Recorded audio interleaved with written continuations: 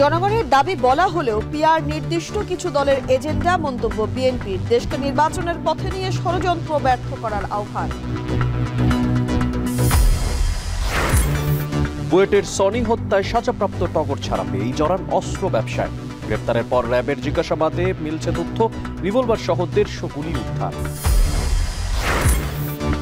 আড়াই মাসে শুধু গুলশান 1 নম্বর সিগন্যালে 48 লাখ বার ট্রাফিক আইন ভঙ্গ, শীর্ষে বাস, কার্যকর উদ্যোগের তাগিদ। ক্ষতি কাটিয়ে না উঠতেই শেরপুরে ফের বন্যা। মহারশী নদীর বাঁধ ভেঙে ঘরবাড়ি প্লাবিত, বৃষ্টি থামায় কমতে শুরু করেছে পানি। এবং 2 মাসেও স্বস্তি ফেরেনি সবজির বাজারে। কেজিতে 100 টাকা পর্যন্ত বেড়েছে মাছের দাম, আমদানির পর কমছে চালের দর।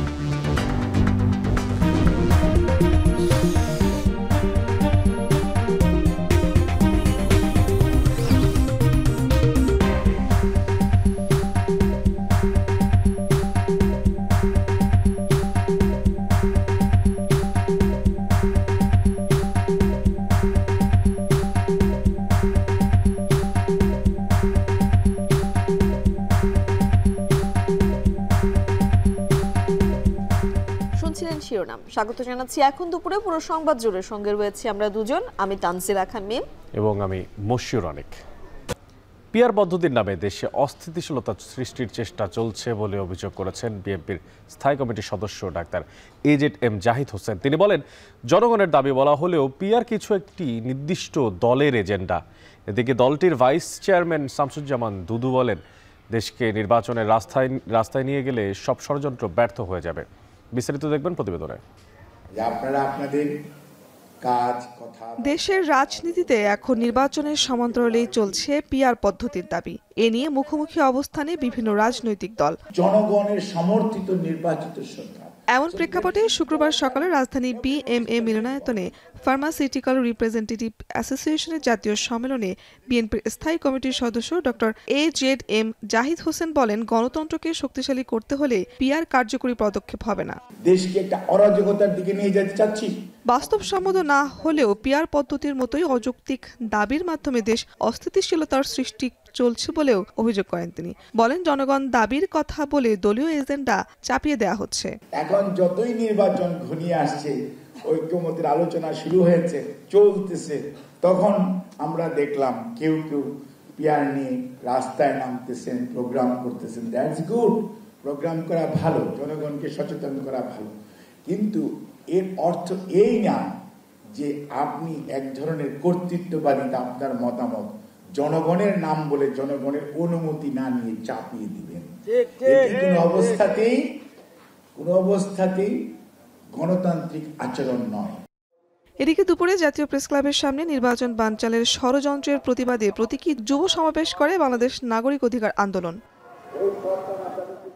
সেখানে বিএনপির ভাইস চেয়ারম্যান শামসুজ্জামান দুদু বলেন, দেশকে নির্বাচনের রাস্তায় নেওয়া গেলে সব ষড়যন্ত্র ব্যর্থ হয়ে দেশের পরিস্থিতি স্বাভাবিক হবে। দেশ থেকে পালিয়ে গিয়ে ভারতে বসে শেখ হাসিনা এখন নানাভাবে নির্বাচন ঠেকানোর চেষ্টা করছে বলেও মন্তব্য করেন তিনি। নির্বাচনের ঘোষণা যদি আসে আর যেটু এদিক ওদিক একটু বিশৃঙ্খল বলেন আর অস্থিরতা কেটে যাবে।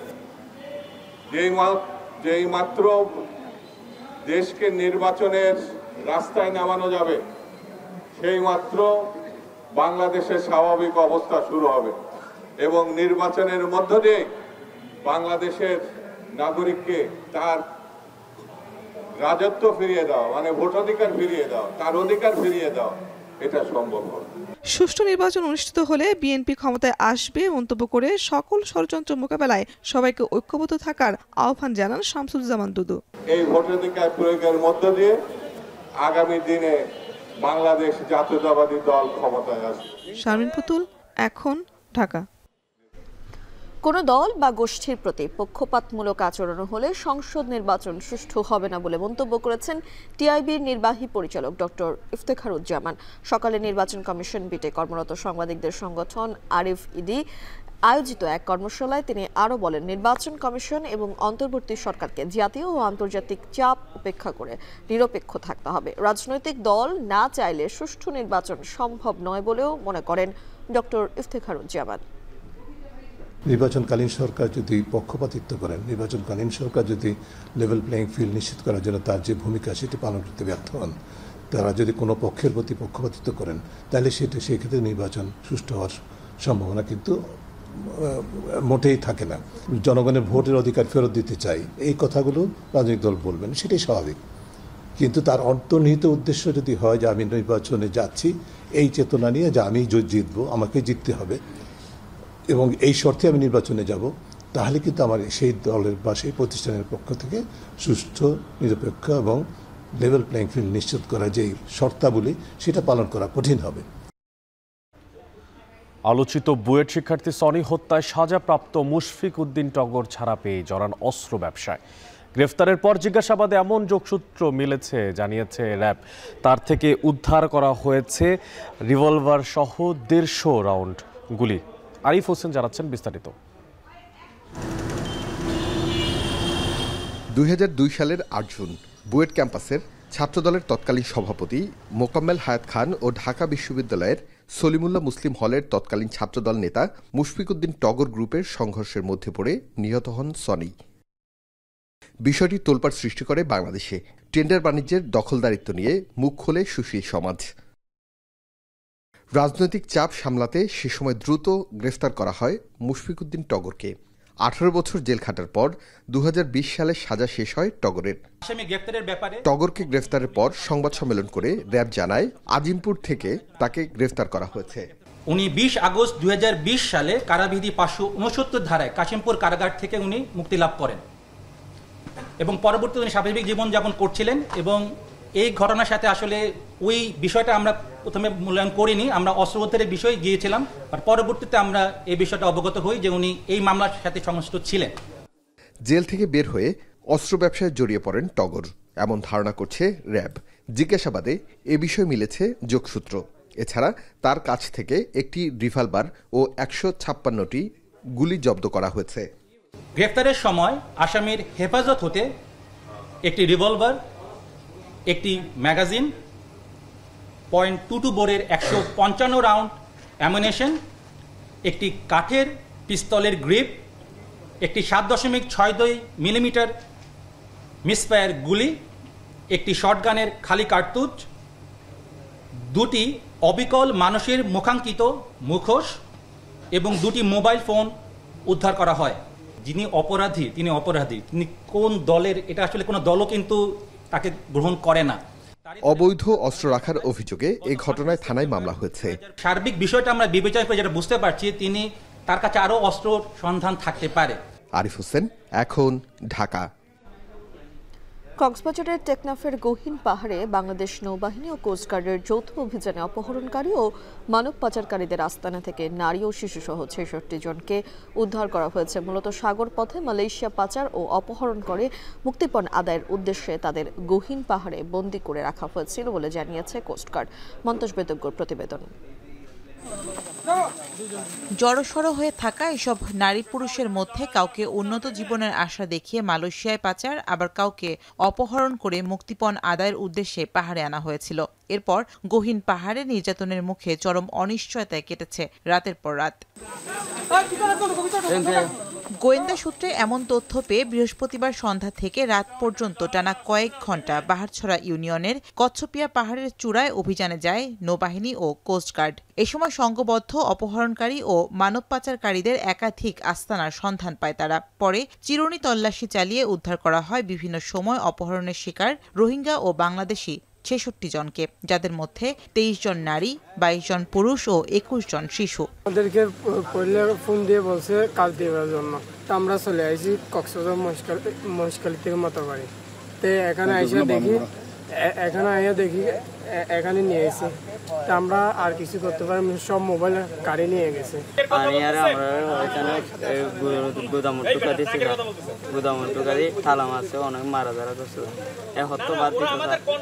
কয়দিন হয়েছে? আজকে 17 দিন হয়েছে। কোস্টগার্ড জানায় কয়েকটি সংঘবদ্ধ পাচারকারী চক্র বিদেশে উচ্চ বেতনের চাকরি, সুবিধাজনক কর্মসংস্থান ও উন্নত জীবনযাপনের স্বপ্ন দেখিয়ে অনেককে জিম্মি করে রাখে। পরবর্তীতে পাচারকারীরা তাদের সুবিধাজনক সময়ে মেরিন ড্রাইভ সংলগ্ন উপকূল থেকে বোট যোগে মিয়ানমারে পাচার করার পরিকল্পনা করছিল। উদ্ধারকারীদের জিজ্ঞাসাবাদে জানা যায় কয়েকটি সংঘবদ্ধ পাচারকারী চক্র বিদেশে উচ্চ বেতনের চাকরি, সুবিধাজনক কর্মসংস্থান, উন্নত জীবনযাপনের স্বপ্ন, অল্প খরচে বিদেশ যাত্রা এবং বিনা অর্থে প্রেরণ করে পরবর্তীতে কর্মস্থলে কাজের মাধ্যমে খরচ পরিশোধের সুযোগের প্রলোভন দেখিয়ে টেকনাফ সহ দেশের বিভিন্ন এলাকা থেকে বাংলাদেশি ও রোহিঙ্গা নাগরিকদের মালয়েশিয়ায় গমনে উদ্বুদ্ধ করে টেকনাফের গহীন পাহাড়ে গোপন আস্তানায় জিম্মি করে রেখেছিল। পরবর্তীতে পাচারকারীরা তাদের সুবিধাজনক সময়ে মেরিন ড্রাইভ সংলগ্ন উপকূল হতে বোট যোগে মালয়েশিয়ায় পাচার করার পরিকল্পনা করছিল। এর আগে গত 17 সেপ্টেম্বর টেকনাফের গহীন পাহাড় থেকে সংঘবদ্ধ আন্তর্জাতিক মানব পাচারকারী চক্রের 12 সদস্যকে আটক করে বিজিবি। এ সময় মালয়েশিয়া প্রবাসী একজনের বাড়ি থেকে উদ্ধার করা হয় এক নারীসহ 11 জন রোহিঙ্গাকে। এখন কক্সবাজার। রাজধানীতে শুধু গুলশান 1 নম্বরের যে সিগন্যাল, সেই সিগন্যালের দিকে যদি তাকানো যায় তাহলে দেখা যাবে গেল 2.5 মাসে সেখানে যেই যানবাহনগুলো চলাচল করে তারা প্রায় 48 লাখ বার ট্রাফিক আইন ভঙ্গ করেছে।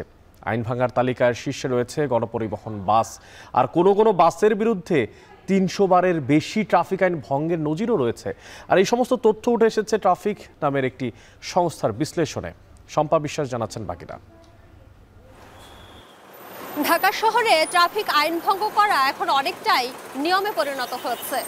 তবে কোন পরিবহন সবথেকে বেশি এই নিয়ম ভঙ্গ করে তার কোনো সঠিক উপাত্ত এখনো কারো হাতে নেই। সম্প্রতি একটি সংস্থা এআই প্রযুক্তির মাধ্যমে এই তথ্য সংগ্রহের কাজ শুরু করেছে গুলশান 1 সিগন্যাল থেকে।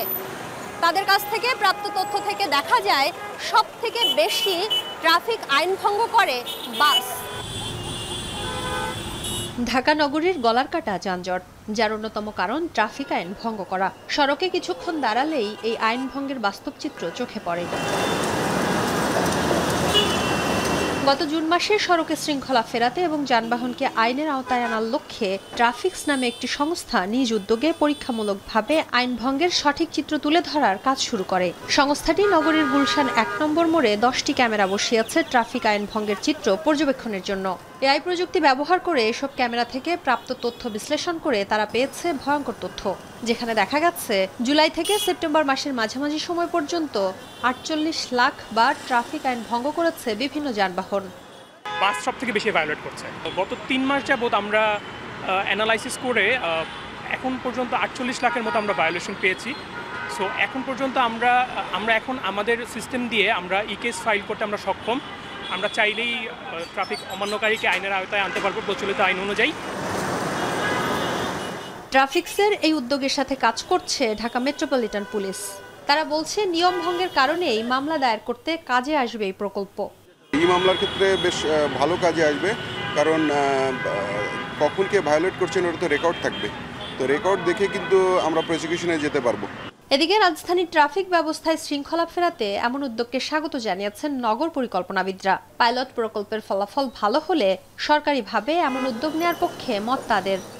যে কোনো ইনোভেটিভ আইডিয়া এটা অবশ্যই প্রথমে সাধুবাদ পাওয়ার যোগ্য। ঢাকা শহরের মতো একটা জায়গায় এখানে সরকারি সংস্থার বাইরে বেসরকারি এবং ব্যক্তি পর্যায়ে এমন অনেক ব্রিলিয়েন্ট লোক আছে যারা কাজ করে। তারা নতুন নতুন এরকম প্রযুক্তি নির্ভর আইডিয়া নিয়ে আসে যেগুলো খুব কার্যকর হতে পারে। কয়েকটি ইন্টারসেকশনে এগুলোর প্রয়োগ করা যেতে পারে পাইলট বেসিসে, এবং তার যে লার্নিং সেটাকে কাজে লাগিয়ে পরবর্তীতে আর একটু ওয়াইডার স্কেলে যেতে পারে। বিভিন্ন সময় রাজধানীর ট্রাফিক আইন কার্যকর নিয়ে উদ্যোগ নিয়েছে নানান সংস্থা, তবে সমন্বয়হীনতার অভাবে ভেস্তে গেছে সেসব উদ্যোগ। তাই নগর পরিকল্পনাবিদদের পরামর্শ ট্রাফিক ব্যবস্থাপনায় নতুন প্রকল্পকে স্বাগত জানানো এবং সেগুলো বাস্তবায়নে জোর দেয়া। শম্পা বিশ্বাস, এখন, ঢাকা। নিউ ইয়র্কে শুরু হয়েছে জাতিসংঘের ৮০তম সাধারণ অধিবেশন। বিশ্বের সবচেয়ে বড় এই কূটনৈতিক সম্মেলনে এবারও অংশ নিচ্ছে বাংলাদেশ। জলবায়ু অর্থায়ন, রোহিঙ্গা সংকট, অর্থনৈতিক সংকট ও শান্তি রক্ষায় দেশের অবস্থান নিয়ে আলোচনার পাশাপাশি প্রবাসীদের প্রত্যাশাও রয়েছে এই সফর ঘিরে। বিস্তারিত জানাচ্ছেন নিউ ইয়র্ক থেকে আব্দুল আহাদ। জাতিসংঘের সাধারণ অধিবেশনের ৮০তম পর্ব শুরু হয়েছে এমন এক সময়ে যখন বিশ্ব একাধিক সংকটে বিপর্যস্ত। জলবায়ু পরিবর্তন, খাদ্য ও জ্বালানি নিরাপত্তা, অর্থনৈতিক বৈষম্য আর যুদ্ধের অভিঘাতে ক্রমেই জটিল হয়ে উঠছে বৈশ্বিক পরিস্থিতি। এই বাস্তবতায় বাংলাদেশের অবস্থান এবার আগের চেয়েও বেশি কৌশলগত। এবারের অধিবেশনে বাংলাদেশের পক্ষ থেকে জলবায়ু অর্থায়নের প্রতিশ্রুতি বাস্তবায়ন, রোহিঙ্গা সংকটের টেকসই সমাধান, অর্থনৈতিক বৈষম্য, ঋণ সংকট মোকাবেলায় বৈশ্বিক সমন্বয় এবং শান্তিরক্ষা মিশনে বাংলাদেশের ভূমিকার আন্তর্জাতিক স্বীকৃতি বিষয়কে সর্বোচ্চ অগ্রাধিকার দেওয়া উচিত বলে মনে করেন বিশিষ্টজনরা। প্রতিবারই মিয়ানমারের পক্ষ থেকে বলা হয় যে তারা তাদের নাগরিকদেরকে ফেরত নেবে। সর্বশেষ 1,80,000 রোহিঙ্গাকে ফেরত নেওয়ার জন্য একটি আশ্বাস প্রদান করেছিল জান্তা সরকার, কিন্তু সেটি আসলে কোনো কার্যকর পদক্ষেপ তারা নিচ্ছে না। এটিকে বাস্তবায়ন করবার জন্য তারা নানানভাবে তালবাহানা করছে এবং পরিস্থিতি এখন এমন একটি পর্যায়ে গেছে যে এই দ্বিপাক্ষিক আলোচনার মধ্য দিয়ে এই সংকটটি সমাধান করা আসলে আমার ধারণা সম্ভব নয়। এবারও বিশেষ গুরুত্ব পাচ্ছে রোহিঙ্গা ইস্যু। ৮ বছর ধরে 11 লাখেরও বেশি রোহিঙ্গাকে আশ্রয় দিয়ে বাংলাদেশ বিশ্বে মানবিকতার উদাহরণ তৈরি করেছে। তবে টেকসই সমাধান ছাড়া এই সংকট কেবল আন্তর্জাতিক নিরাপত্তার জন্যই নয়, দেশের উন্নয়ন কাঠামোর জন্য হুমকি হয়ে উঠেছে। এই বিষয়টি 30 সেপ্টেম্বরের রোহিঙ্গা সম্মেলনে সমাধান আসবে বলেও প্রত্যাশা প্রবাসীদের। যেহেতু আলোচনায় বসবেন, আমাদের বাংলাদেশ থেকে তো এটা রোহিঙ্গাদের প্রত্যাবর্তন করার জন্য বারবার বলা হচ্ছে, কিন্তু কালক্ষেপণ করা হচ্ছে, সেটা কোনো উদ্যোগ নেওয়া হচ্ছিল না। আমি আশাবাদী যে এবার একটা উদ্যোগ নেওয়া হবে। 27 সেপ্টেম্বর নিউ ইয়র্কে প্রধান উপদেষ্টা ডক্টর মোহাম্মদ ইউনুস প্রবাসী বাংলাদেশিদের নিয়ে একটি বিশেষ সভা করবেন বলে জানা গেছে। প্রবাসীরা মনে করছেন এই সভা থেকে প্রবাসীদের ভোটাধিকার ও নাগরিক অধিকার সংক্রান্ত একটি বাস্তব ঘোষণা এলে এটি হবে এই সফরের অন্যতম অর্জন। জাতিসংঘ সাধারণ অধিবেশনের মতো আন্তর্জাতিক প্ল্যাটফর্মে বাংলাদেশের অংশগ্রহণ শুধু কূটনৈতিক অর্জন নয়, বরং দেশের সার্বিক অগ্রগতির প্রতিফলন। এখন দেখার বিষয় বাংলাদেশের পক্ষ থেকে কী বার্তা উঠে আসে এবং তা কতটা প্রভাব ফেলে বিশ্ব রাজনীতিতে। আব্দুল আহাদ, এখন নিউ ইয়র্ক, যুক্তরাষ্ট্র। পুরে পিআর পদ্ধতিতে নির্বাচন ও জাতীয় পার্টিকে নিষিদ্ধ সহ 5 দাবিতে বিক্ষোভ সমাবেশ করছে বাংলাদেশ জামায়াতে ইসলামী। বিস্তারিত জানাতে সেখান থেকে যুক্ত হচ্ছেন আমাদের সঙ্গে সহকর্মী আমিরুল বাপ্পি। বাপ্পি, বিক্ষোভ সমাবেশে মানুষের ভিড় কেমন দেখছেন জানাবেন আমাদেরকে, সেখানকার সর্বশেষ পরিস্থিতি।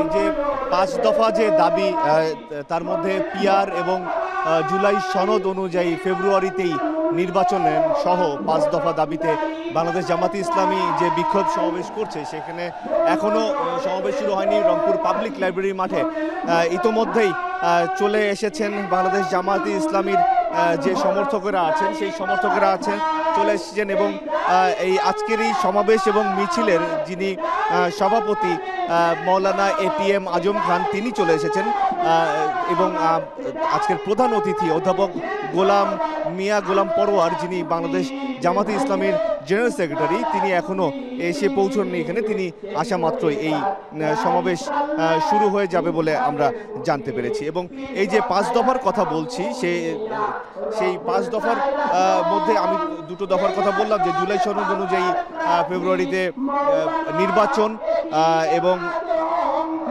পিআর চালু করা, পিআর পদ্ধতিতে এই নির্বাচনটি হতে হবে। আরেকটি দাবি হলো অবাধ, সুষ্ঠু ও গ্রহণযোগ্য নির্বাচনের লক্ষ্যে সবার জন্য লেভেল প্লেইং ফিল্ড নিশ্চিত করতে হবে। ফ্যাসিস্ট সরকারের সব জুলুম, গণহত্যা ও দুর্নীতির বিচার দৃশ্যমান করতে হবে এবং স্বৈরাচারের দোসর জাতীয় পার্টি ও 14 দলের কার্যক্রম নিষিদ্ধ করতে হবে। এই 5 দফায় আসলে আজকে এই সমাবেশ এবং বিক্ষোভ মিছিল। এইখানে সমাবেশে বক্তব্য রাখবেন প্রধান অতিথি হিসেবে বাংলাদেশ জামায়াতে ইসলামীর জেনারেল সেক্রেটারি মিয়া গোলাম পরোয়ার এবং তার এই বক্তব্যের পরে এখান থেকে একটি বিক্ষোভ মিছিল শুরু হয়ে শাপলা চত্বরে গিয়ে শেষ হবে বলে আমরা জানতে পেরেছি। তো কিছুক্ষণ আগে জুমার নামাজ শেষ হয়েছে, এখনো রংপুর মহানগরীর বিভিন্ন জায়গা থেকে নেতাকর্মীরা এবং সমর্থকেরা তারা দলে দলে এই সমাবেশের স্থলে আসছেন। রংপুর পাবলিক লাইব্রেরি মাঠে তারা আসছেন এবং খুব অল্প সময়ের মধ্যেই এখানে হয়তো এই যে সমাবেশ, আজকে যে সমাবেশ 5 দফা দাবিতে বিক্ষোভ সমাবেশ, সেটি হয়তো শুরু হয়ে যাবে। আজকে যে প্রধান অতিথি বাংলাদেশ জামাত ইসলামের সেক্রেটারি জেনারেল, তিনি আসা মাত্রই এই আজকের সমাবেশটি শুরু হয়ে যাবে। তো এই ছিল আমার কাছ থেকে রংপুর থেকে সবশেষ অবস্থা। সৈয়দপুর থেকে সরাসরি যুক্ত হয়েছিলেন সহকর্মী আমিরুল বাপ্পি। ছুটির দিনেও জমে উঠেছে রাজশাহী বিশ্ববিদ্যালয় কেন্দ্রীয় ছাত্র সংসদ রাকসু নির্বাচনের প্রচারণা। পঞ্চম দিনের মতো সকাল থেকে প্রার্থীরা আবাসিক হলে হলে প্রচারণা চালানোর পর জুমার নামাজ পড়ে বিশ্ববিদ্যালয়ের কেন্দ্রীয় জামে মসজিদের সামনে প্রচারণা চালাচ্ছেন। এ নিয়ে আরও জানাতে বিশ্ববিদ্যালয়ের কেন্দ্রীয় জামে মসজিদের সামনে থেকে যুক্ত হচ্ছেন মারুফ হাসান। মারুফ, এখন পর্যন্ত প্রচারণার ক্ষেত্রে কোনো অনিয়মের অভিযোগ পেয়েছেন কিনা?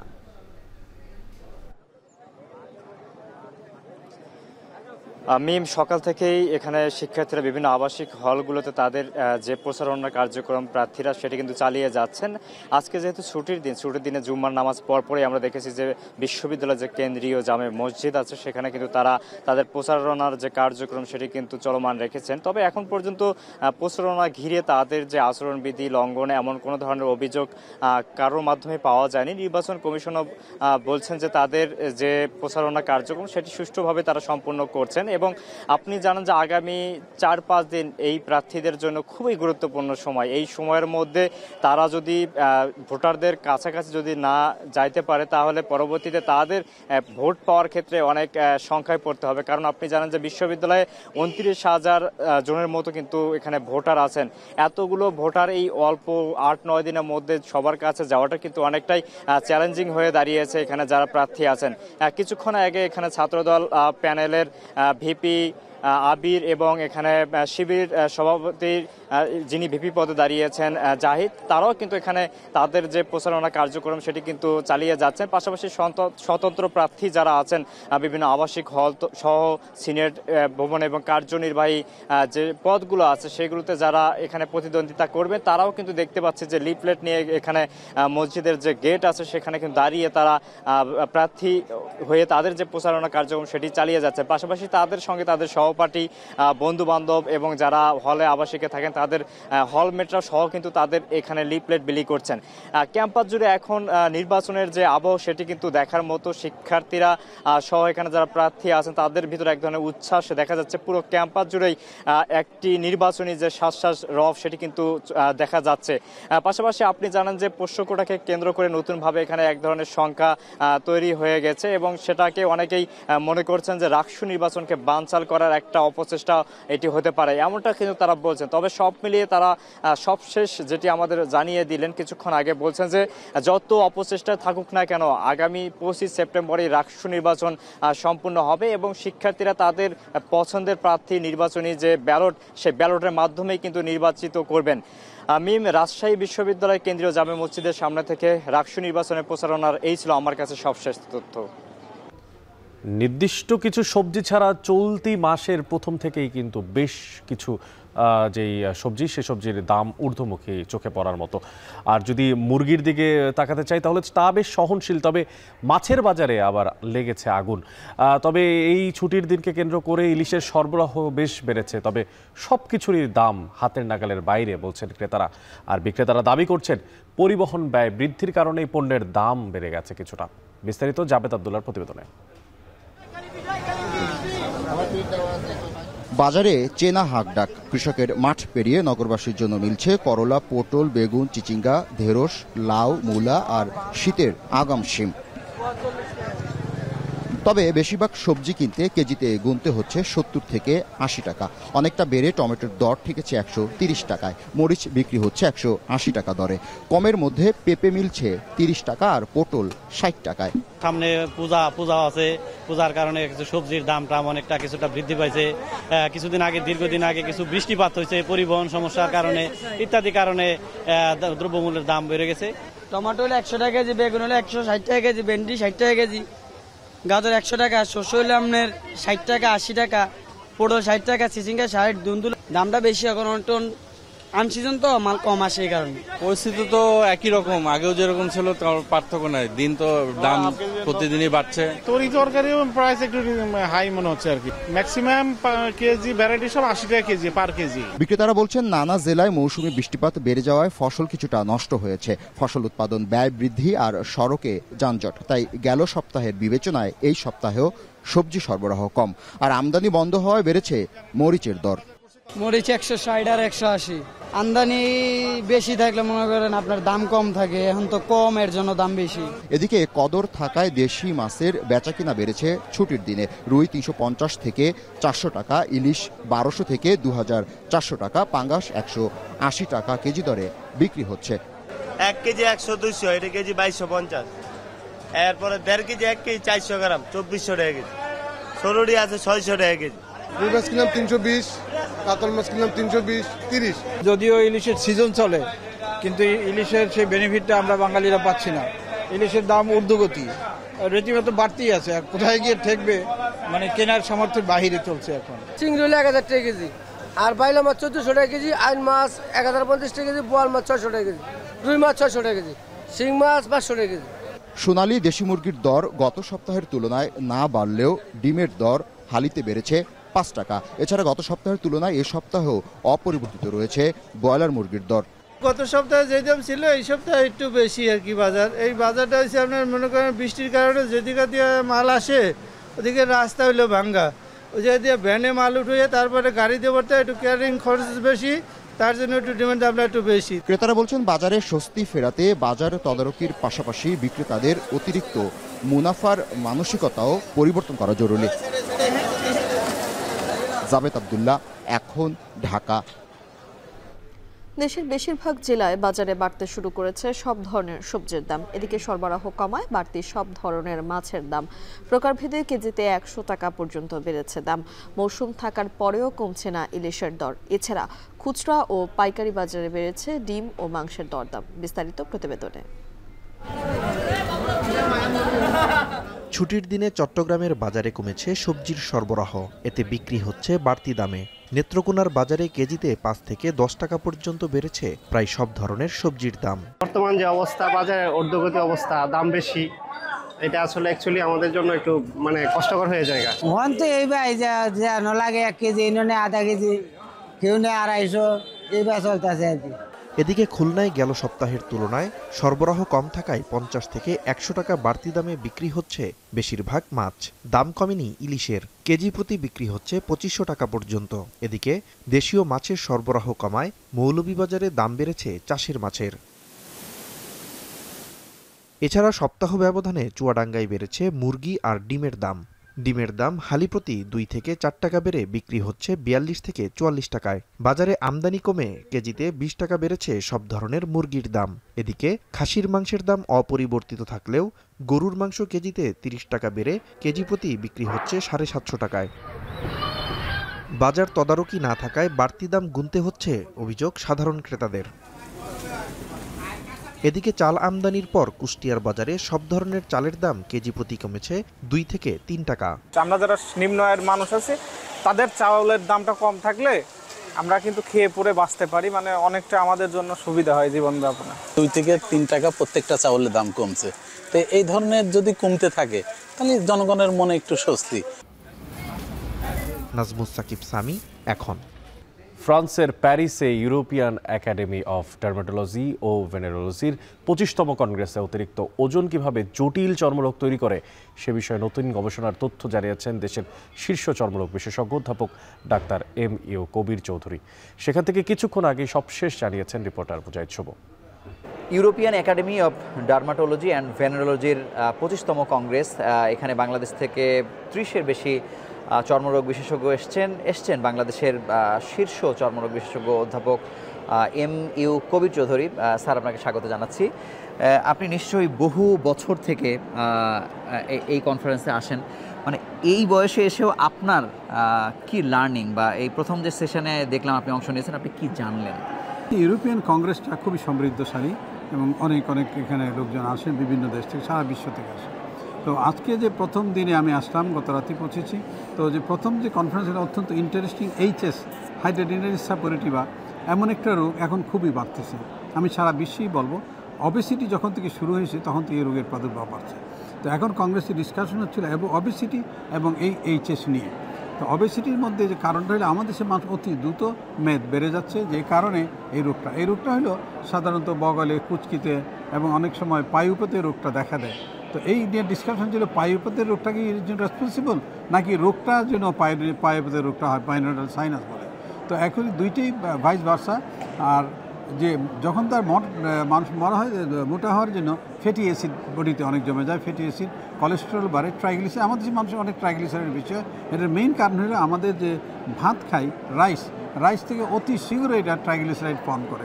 তো এর কারণে কন্ট্রিবিউশন ফ্যাটের প্রত্যেকটা HDL, LDL এই প্রত্যেকটা জিনিস, কোলেস্টেরল, ট্রাইগ্লিসাইড। আপনার রোগীদের প্রতি পরামর্শ কি আসলে যারা ওবেস পেশেন্ট? আমাদের রোগীদের তো এইখানে প্রথম কথা, রোগীদের নাম্বার 1 হলো লাইফস্টাইল বদলাইতে হবে। লাইফস্টাইলে প্রথম স্মোকিং করতে পারবে না, 2 নম্বর ওজনটাকে নিয়ন্ত্রণে রাখতে হবে, 3 নম্বর সবসময় একটা ব্যায়াম করতে, কায়িক পরিশ্রম করতে হবে এবং টেনশন স্ট্রেস করা যাবে না, মোটা হওয়ার উপরে সাবধান থাকতে হবে এবং নিয়মিত বডি চেকার মধ্যে একটা জিনিস রাখতে হবে যে আমার কি বডির ফ্যাট বেড়ে যাচ্ছে, এবং যেটাকে বলা হয় আমরা যদি বলি আমরা যে BMI বডি মাস ইন্ডেক্সটা ঠিক রাখতে হবে। এই যে লাইফস্টাইলের বড় DLQI বলা হয়, ডেইলি কোয়ালিটি লাইফ ইন্ডেক্স। তো ডেইলি কোয়ালিটি ইন্ডেক্সের যে সবচেয়ে বড় প্রয়োজন লাইফস্টাইল। আমাদের লাইফস্টাইল দেখা যায় মানুষ যত বড়লোক হচ্ছে, যত বেশি পয়সা হচ্ছে, যত বেশি ব্যস্ত হচ্ছে, তারা নিজের জন্য সময় দিচ্ছেন না। তাই আমাদের রোগীদের প্রতি বলতে, আপনি নিজেকে সময় দেন।